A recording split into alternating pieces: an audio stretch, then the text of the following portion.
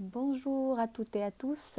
Aujourd'hui, on se retrouve donc comme convenu pour parler du sujet de l'adolescence, de la crise d'adolescence. C'est quoi l'adolescence? C'est quoi cette crise d'adolescence qui préoccupe tant de parents qui commencent à prévoir cette adolescence qui peut leur créer beaucoup de problèmes avec leurs enfants. Donc, c'est quoi cette période qui est si importante, qui est si nécessaire en fait pour le développement de cette personne qu'on va appeler adolescent, qui était un enfant et qui va devenir un futur adulte.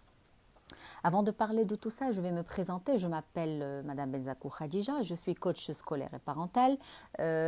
Pour les personnes qui me connaissent, je suis adepte de tout ce qui est parentalité positive. Donc j'adore tout ce qui est amélioration de la relation entre parents et enfants et surtout donc de créer de nouveaux liens de coopération et d'éviter les rapports de force qui peuvent surgir dans les relations de parents et enfants.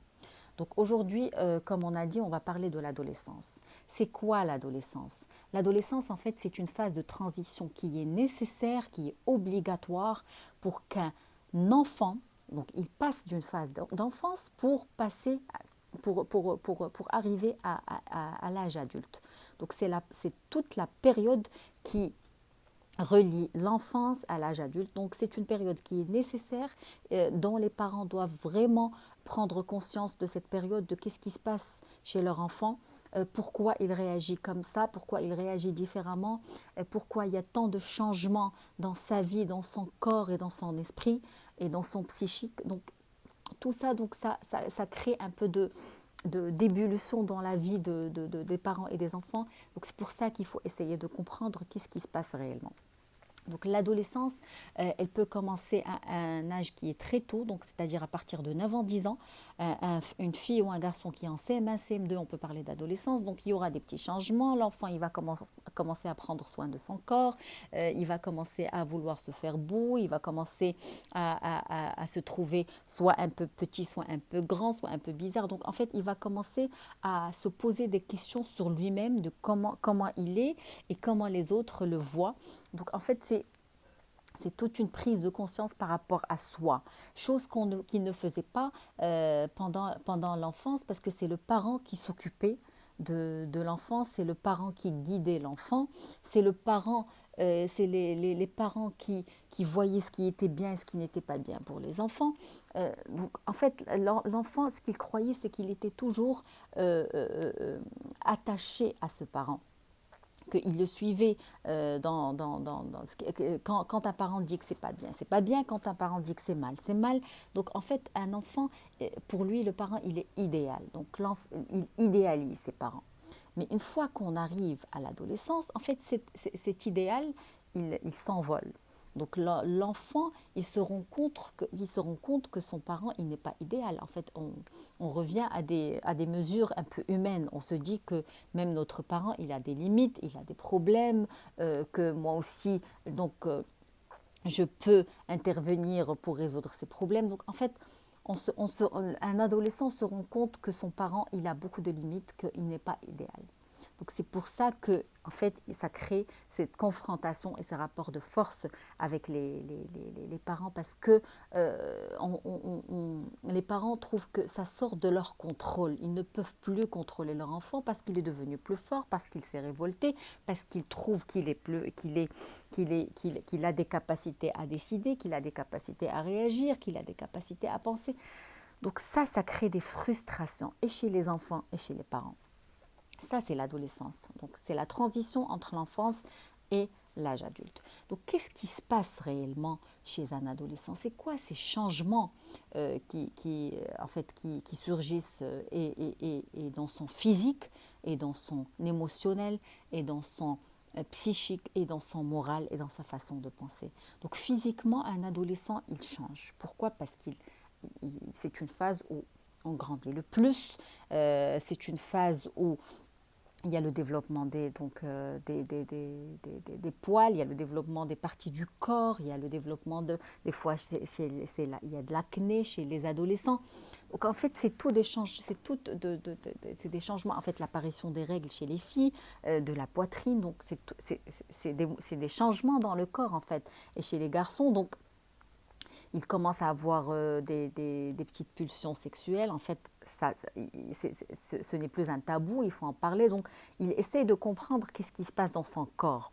Et malheureusement, quand il ne trouve pas de réponse, ça crée chez lui des frustrations, ça crée chez lui de l'anxiété et ça crée chez lui de l'angoisse. Donc ça, c'est tout ce qui est changement physique. Tout ce qui est changement, en fait, émotionnel, c'est que, comme on a dit, l'enfant, il se dit que je ne veux plus être un enfant, que je ne veux plus être soumis à l'autorité de mes parents, que je veux devenir plus autonome, que je veux réfléchir tout seul, que je veux décider tout seul. Donc ça, c'est aussi des changements au niveau psychique. L'enfant, il se rend compte qu'il a des outils pour décider, pour prendre conscience des choses. Donc il a ses propres valeurs. Il n'est pas obligé de suivre les mêmes valeurs que ses parents. Donc, vous voyez ce que je veux dire. Tout ça, c'est des changements qui sont un peu psychiques. Il y a aussi des changements qui sont émotionnels et ça, c'est dû en fait, à la propulsion d'hormones dans le corps. Donc, dans le corps des adolescents, il y a en fait des hormones qui deviennent en abondance. Pour les garçons, il y a la testostérone et pour les filles, il y a la progestérone. Donc ça, c'est des hormones qui se créent dans le corps des adolescents et ça crée chez eux des perturbations, ça crée chez eux beaucoup d'émotions qui sont très fortes, ça crée chez eux beaucoup de colère, beaucoup de tristesse, en fait beaucoup d'émotions qui sont pour eux inexplicables, qu'ils n'arrivent pas à expliquer et ça crée chez eux de l'angoisse, de la frustration. Ils veulent comprendre ce qui se passe chez eux et ils n'arrivent toujours pas à comprendre, donc ils essaient de découvrir leurs limites. Ça, c'est les changements au niveau émotionnel. Alors, au niveau relationnel, il y a aussi, donc pourquoi le parent se rend compte une fois à l'adolescence que son enfant, il a changé, qu'il ne reconnaît plus son enfant. En fait, c'est justement par rapport à ça, parce que cet enfant, il refuse l'autorité. Il refuse de rester soumis à l'autorité de ses parents. Il refuse de suivre donc, les envies et les désirs de ses parents, donc comment ils le voient, qu'est-ce qu'ils veulent qu'ils deviennent. Donc en fait, il commence à se détacher un peu de cette parentalité et il essaie de chercher sa propre autonomie, de s'affirmer en fait. Il essaie de chercher ce qu'on appelle sa propre identité. Identité, qui il est, qu'est-ce qu'il veut devenir, qu'est-ce qu'il n'aime pas réellement. Donc en fait, il essaie de se construire la propre façon, il essaie de revenir à sa nature. Donc la nature qui est propre à lui et qui n'est pas propre à ses parents. Donc ça, c'est tout ce qui est changement au niveau du corps, au niveau du psychique et au niveau du moral. Et ça, c'est ce qui crée, en fait, ce qu'on a dit tout à l'heure, c'est les bouleversements, c'est l'anxiété, c'est l'angoisse, c'est la colère, c'est l'incompréhension. Donc, en fait, c'est tout un chantier qui se passe dans le cerveau de l'enfant et dans le corps de l'enfant. Alors, pourquoi cette période crée autant de problèmes? Donc, comme on a dit, les parents veulent garder un œil sur leurs enfants parce qu'ils ont le droit de contrôler, ils ont le droit d'appliquer l'autorité, ils ont le droit en fait, de protéger leurs enfants, de leur éviter les dangers, de leur éviter les problèmes. Mais l'enfant, il veut se détacher de tout ça. En fait, qu'est-ce qu'il fait? Il essaie de se créer un autre monde avec ses amis, avec peut-être trouver une idole, trouver une star qui lui plaît, donc essayer de s'identifier à cette star, donc à une personne en fait qu'il admire. Il essaie de s'identifier à cette personne et ça se voit même par rapport aux vêtements, donc le style de vêtements. Chaque adolescent a un style de vêtements spécial, une coupe de cheveux spéciale. Donc il faut en fait respecter ces différences chez les enfants, chez les adolescents plutôt, parce qu'ils ne sont plus des enfants aujourd'hui. Et ça c'est une source de conflit pour les parents. C'est pour ça qu'on parle de crise, parce que en fait c'est une confrontation, on peut dire que c'est une guerre entre les parents et les enfants, et aussi une guerre entre les enfants et eux-mêmes. Donc ils sont en guerre avec eux-mêmes parce qu'ils essaient de se découvrir, ils ne savent pas qui ils sont. Ils essayent justement de découvrir qui ils sont et qu'est-ce qu'ils veulent. Ils ont aussi une envie d'indépendance, d'indépendance émotionnelle, d'indépendance de sortir tout seul, de rentrer tout seul. En fait, ils refusent l'autorité, comme on a dit tout à l'heure.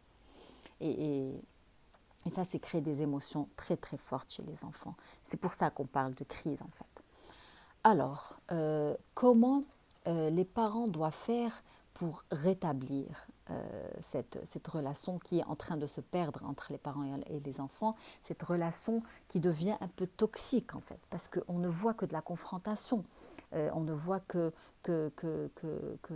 rapport de force. Donc les parents ne sont pas d'accord, les enfants veulent en fait appliquer leurs propres lois et les enfants et les parents veulent appliquer leurs propres lois et ça crée des conflits continus. Donc en fait, ce qu'il faut faire avec les enfants, c'est d'essayer quand ils sont vraiment en crise, c'est d'essayer de rétablir cette relation. Rétablir cette relation justement pour ne pas laisser des séquelles dans la vie de votre adolescent parce qu'il va devenir un adulte peut-être qui n'est pas épanoui, un adulte qui n'a pas pu s'affirmer, un adulte qui n'a pas pu trouver sa propre identité et ça va créer chez lui des soucis. Il ne va pas être un adulte qui est heureux, un adulte qui a confiance en lui et un adulte qui se connaît assez. En fait, c'est ce qui crée les problèmes de tous les adultes d'aujourd'hui, c'est qu'ils ne se connaissent pas assez et qu'ils ne savent pas réellement qu'est-ce qu'ils veulent. Ils ne suivent pas leur propre nature, qu'est-ce qu'ils veulent, leurs propres besoins et leurs propres désirs.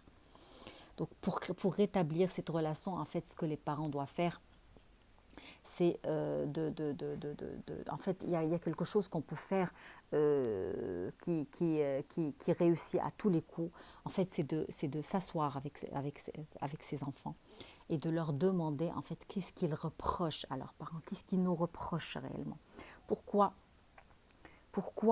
qu'est-ce qu'ils nous reprochaient peut-être quand ils étaient enfants, peut-être qu'on a fait des erreurs avec eux. En fait, c'est pas peut-être, c'est sûr, on fait des erreurs avec eux, on ne se rend pas compte, ou bien on regrette ce qu'on a fait avec eux. Donc en fait, s'asseoir et demander c'est quoi, qu'est-ce qu'ils nous reprochent, et essayer d'accueillir ces reproches avec, en fait, sans les contrarier, sans les refuser, sans les commenter, sans les juger. Donc en fait, juste les accueillir et tout ça pour écouter votre enfant, pour qu'il sache que vous êtes là, que vous êtes en train de le soutenir, que vous êtes en train de l'entraider et pas vous êtes contre lui. Donc ne contrariez pas votre adolescent parce que ça ne va servir à rien. En fait, on dit qu'un adolescent, c'est comme un savon. Plus on le serre dans la main, plus il s'échappe. Donc, en fait, ce qu'il faut faire avec les enfants, c'est de mettre à un point d'égalité, c'est-à-dire égal à égal. Essayer de s'asseoir avec son enfant comme une personne, essayer de l'écouter et de comprendre c'est quoi ses soucis, qu'est-ce qu'elle nous reproche et qu'est-ce qu'elle veut qu'on fasse dans l'avenir pour justement rétablir cette relation. C'est quoi les solutions qu'elle trouve envisageables, bien sûr tout en restant ferme, parce qu'un parent, s'il n'est pas ferme, s'il ne garde pas une certaine autorité sans en abuser, l'enfant il va dépasser ses limites, il va dépasser et donc ça va devenir tout un débordement par la suite et on ne pourra plus donc contrôler notre enfant.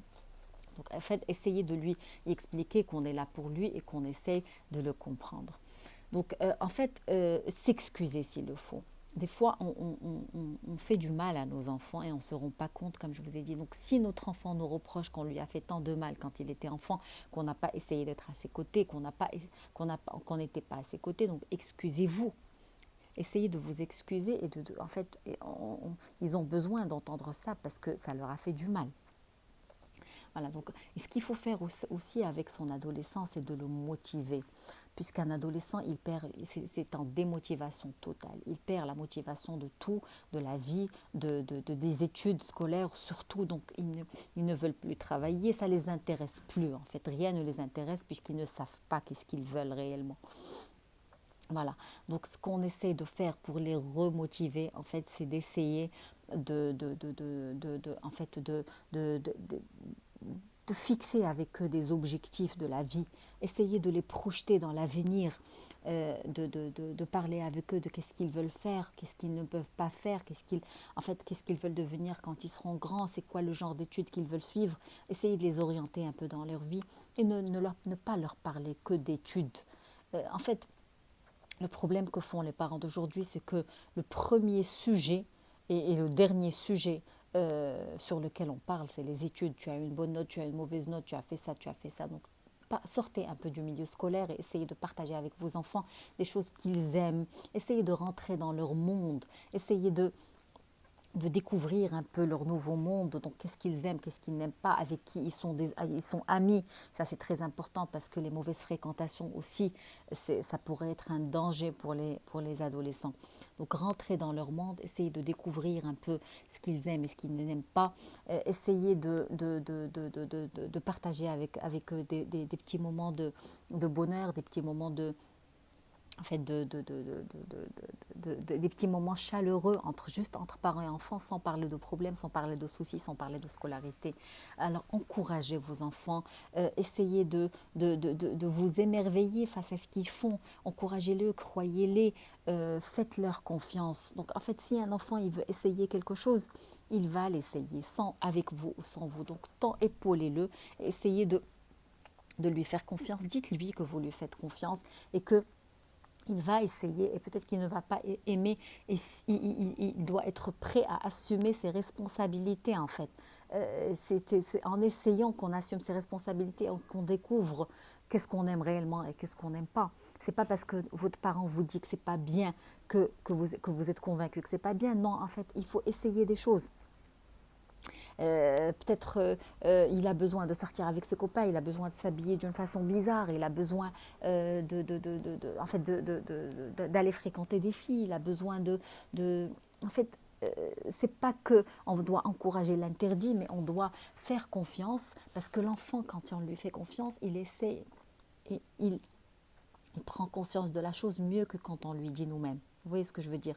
Donc, essayez en fait, de lui donner une certaine autonomie dans sa réflexion, une certaine autonomie dans ses décisions pour qu'il puisse assumer les responsabilités plus tard. Et c'est ça un adulte, en fait, qui est épanoui et qui est heureux et qui a réussi dans la vie. C'est un adulte qui a pu en fait assumer ses responsabilités, qui a pu faire tomber dans des échecs, dans des erreurs et pouvoir se relever et pouvoir se reconstruire. Donc c'est ça en fait, devenir un adulte. Et un adolescent, il a besoin de passer par toutes ces étapes pour devenir un adulte. Donc en fait, essayez comme j'ai dit, de projeter avec eux des choses dans l'avenir, mais dans un avenir qui est assez proche quand même. Parce que, comme on a dit, un adolescent, il s'angoisse. Si on essaie de le projeter dans un avenir qui est loin, il va se dire que j'ai des limites, que je ne peux pas les faire, que peut-être que ce n'est pas fait pour moi. Donc essayez de le projeter dans un avenir proche pour qu'il puisse essayer des choses, les réussir et savoir est-ce qu'effectivement c'est ce qu'il veut ou pas. Alors, donc comme on a dit, des sous-objectifs, lui faire confiance, lui parler de l'organisation des journées de vos enfants. Donc essayez de voir avec eux où ils vont partir, qu'est-ce qu'ils vont faire, qu'est-ce qu'ils veulent regarder, qu'est-ce qu'ils veulent, où ils veulent sortir, avec qui ils vont sortir. Donc parlez avec eux. Et ça, malheureusement, il ne faut pas le faire juste pendant la période d'adolescence. Ça se construit pendant l'enfance. C'est ça l'importance de la coopération entre parents et enfants tant qu'ils sont des enfants. Parce qu'ils ont l'habitude de se confier à nous, ils ont l'habitude de nous parler, on a l'habitude de les écouter. Donc, et ça continue dans l'adolescence. Ils savent qu'on est là pour eux, on est là pour les écouter, on est là pour les soutenir, on n'est pas contre eux. On ne pointe pas toujours du doigt ce qui ne va pas, comme un stylo rouge, comme on dit. Essayez de les épauler, de les accompagner, de les prendre par la main et de les ramener là où ils veulent arriver. Donc c'est ça en fait le rôle d'un parent qui est bienveillant et d'un parent qui se soucie de l'éducation de ses enfants et qui veut construire des hommes de demain et des femmes de demain. Ce n'est pas juste pour appliquer l'autorité, pour se dire qu'on est parent, qu'on est là, que c'est nous qui avons toujours raison. Non, en fait, notre rôle de parent, c'est de construire la personne que nos enfants vont devenir demain. C'est ça notre rôle en fait. Et qu'ils soient épanouis et qu'ils soient heureux.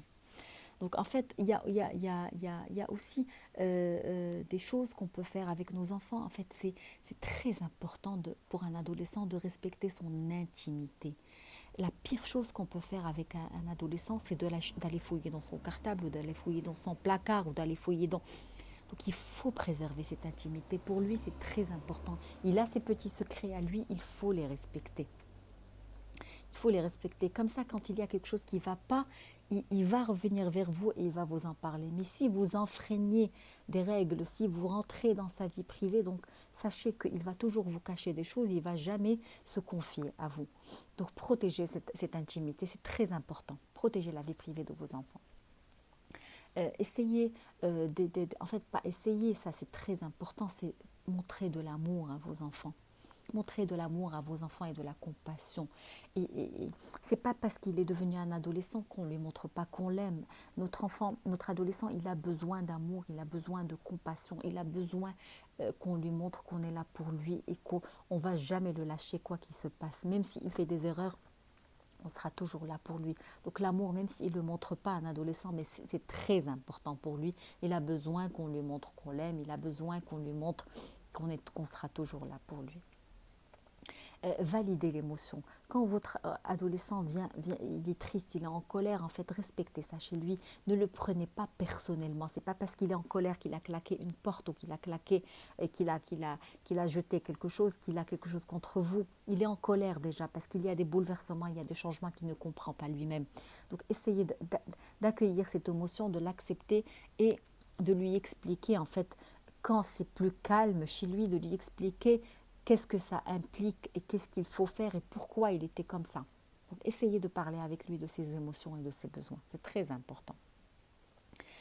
En fait, il y a des parents qui demandent comment on peut punir un adolescent qui a dépassé ses limites, en fait. Il y a des adolescents qui ne respectent plus les parents, qui ne veulent plus appliquer aucune loi. Donc, comment on pourrait faire? Bien sûr, si on applique les rapports de force et l'autorité abusive, ça ne va pas marcher parce que ça n'a jamais marché et ça ne marchera jamais. Au contraire, votre adolescent, il va se révolter encore plus, il va s'éloigner de vous encore plus. Donc ce qu'on peut faire, c'est de lui laisser un petit moment de réflexion. Donc déjà, quand il dépasse les limites, donc on le laisse déjà un petit moment de réflexion pour qu'il se remet en cause avec lui-même. Parce que quand on essaie de corriger sur place, on ne laisse pas le temps de la remise en question et de la remise en cause de qu'est-ce qu'il a fait. Donc donnez-lui un peu de temps, demandez-lui de réfléchir d'abord et avant de lui parler. Et quand on veut punir, en fait, on ne punit pas la personne, on punit le comportement. Et ça s'applique aussi avec les enfants. Punissez le comportement. Si votre enfant, par exemple, est rentré très tard le soir, donc on punit le comportement, on le prive de sortir, on ne lui dit pas que tu es une mauvaise personne, que tu ne m'écoutes pas, que tu es désobéissant, que ne parle pas de sa personne, que tu es un imbécile, que tu es nul, donc, n'attaquez pas la personne, mais en tout cas, essayez de corriger le comportement de l'enfant pour qu'il puisse en tirer quelque chose de bien de cette leçon. Donc voilà, ça aussi c'est très important dans la gestion de la crise d'adolescence. Alors, il y a aussi des choses que les parents peuvent faire pour accompagner cette crise d'adolescence. En fait, c'est de se connaître eux-mêmes. C'est très important et d'être cohérent avec eux-mêmes. On ne peut pas demander à notre adolescent de faire des choses, de ne pas fumer alors que le parent, il fume. Donc, vous voyez ce que je veux dire? Un adolescent et un enfant en général, il ne fait pas ce que vous dites, mais il fait ce que vous faites. Vous êtes son modèle. Donc, tout ce qu'il voit chez vous, il va l'appliquer. Donc, soyez le bon exemple et le bon modèle pour vos enfants et soyez cohérents avec vos idées. Ne leur demandez pas des choses, ne leur demandez pas de rester 2 heures devant la télé ou devant son ordinateur ou devant son téléphone alors que vous faites pareil ou vous faites pire que ça. Donc, essayez de rester cohérent parce qu'un adolescent, il comprend. Qu'est-ce qui se passe? C'est pour ça qu'il devient contre vous, parce qu'il dit que vous aussi, vous avez des problèmes, que vous aussi, vous n'arrivez pas à gérer votre vie. Donc, essayez de rester cohérent, de rester raisonnable face à vos comportements pour pouvoir, en fait, pour qu'ils puissent voir le bon exemple chez vous. Impliquez vos enfants dans la relation, dans la recherche de solutions. Pour chaque problème, il y a des solutions. Ne focalisez pas sur le problème, mais focalisez sur les solutions et essayez de pousser l'enfant à trouver des solutions qui l'arrangent lui, pas qui vous arrangent vous. En parler, Parlez-en avec lui, essayez de discuter autour d'un déjeuner, d'un dîner. Donc ouvrez le sujet de la discussion. Au lieu d'interdire des choses, ouvrez le terrain de discussion. Discutez avec vos enfants plus que ce que c'est mieux qu'en fait qu'interdire des choses. Ça ne sert à rien d'interdire. En fait, il faut discuter, il faut essayer d'échanger et voir qu'est-ce qu'on peut faire et ce qu'on ne peut pas faire. C'est comme ça qu'on l'aide à construire sa propre identité, son propre raisonnement, ses propres valeurs, de chercher qu'est-ce qu'il aime et qu'est-ce qu'il n'aime pas. Ce n'est pas en fonction de ce que vous aimez vous, mais en fonction de ce qu'il veut lui. Et voilà, donc restez à l'écoute de vos enfants, c'est très important. Ils doivent savoir que vous serez toujours là pour eux, que vous n'allez jamais les abandonner, que vous n'êtes pas contre eux, mais que vous êtes avec eux et à côté d'eux. Et ça, c'est très important dans l'adolescence. Donc en fait, l'adolescence, dites à vos enfants que ça va passer, c'est une période qui passe. Donc comme on a dit, c'est des turbulences. Et quand ça passe bien, c'est tant mieux pour tout le monde, mais quand ça casse, ça laisse beaucoup de séquelles et beaucoup de problèmes dans la vie des adolescents. Beaucoup de problèmes parce qu'il n'arrivera pas à s'affirmer, il n'arrivera pas à faire des choix d'études, il n'arrivera pas à faire des choix de métier, il ne saura pas où il veut travailler, comment il veut travailler. Ça crée aussi des problèmes de couple. Vos enfants, ils ne savent pas gérer leurs relations avec dans leur couple et ça crée des problèmes parce qu'ils n'ont pas pu en fait s'affirmer quand ils étaient enfants, quand ils étaient adolescents. On ne les a pas accompagnés dans leurs besoins et dans leurs propres désirs. Donc voilà, l'adolescence, en fait, c'est une phase, comme j'ai dit, qui est nécessaire, qu'il faut laisser les enfants vivre cette période, qu'il ne faut surtout pas, en fait, les contrarier et créer de la confrontation avec vos enfants, mais plutôt d'essayer de les épauler, de les soutenir. Ils ont besoin de solutions, ils ont besoin que vous l'écoutez, que vous soyez toujours à leur écoute, comme ça, quand ils ont un problème, ils ne vont pas aller le résoudre ailleurs. Et peut-être que ça va devenir encore plus grave si on ne le résout pas avec eux. Donc, vous voyez ce que je veux dire, et laissez-les toujours réfléchir à ce qu'ils ont fait, d'assumer leurs responsabilités, d'assumer la responsabilité de leurs actes, d'essayer peut-être de revenir, de venir en parler. Ce n'est que comme ça qu'on se construit en fait. Donc l'adolescence, on peut dire que c'est tout un chantier dans la vie d'un adolescent. Il est en train de construire, de détruire et de reconstruire jusqu'à ce qu'il aboutisse au meilleur résultat qui lui convient pour être un adulte heureux et un adulte qui est épanoui et un adulte qui a, qui a le moins de troubles possibles et le moins de problèmes possibles dans l'avenir, même si on ne peut pas vivre sans problème. Donc voilà, c'est ça l'adolescence, c'est ça la crise d'adolescence et comment les parents peuvent faire pour aider leurs enfants à gérer cette crise d'adolescence qui n'est pas facile pour eux. Un adolescent, c'est un enfant qui souffre, c'est une personne qui souffre et qui a besoin qu'on la console, qu'on soit là pour elle, parce qu'elle-même, elle ne sait pas qu'est-ce qui lui arrive, elle essaie de comprendre qu'est-ce qui lui arrive et de s'armer, de trouver les meilleurs outils pour elle, pour arriver à dépasser cette adolescence et devenir un adulte, comme on a dit, épanoui et heureux. Voilà, donc je vous remercie de votre attention et donc je vous demanderai d'écrire vos commentaires, vos questions, s'il y a des questions en commentaire, donc je répondrai à toutes vos questions et donc soyez de bons parents d'adolescents et soutenez vos enfants, ils ont besoin de vous et n'oubliez surtout pas, ça c'est très important, que vous étiez aussi des adolescents, que vous aviez besoin de vos parents et essayez de réfléchir comment vous projetez comment vous voyez les choses quand vous étiez un adolescent et comment vos parents ils les voient. Donc essayez de comprendre en fait qu'est-ce qui se passait dans la tête, dans votre tête quand vous étiez un adolescent et vous allez comprendre mieux vos adolescents. Voilà, je vous remercie et à très bientôt pour une nouvelle vidéo.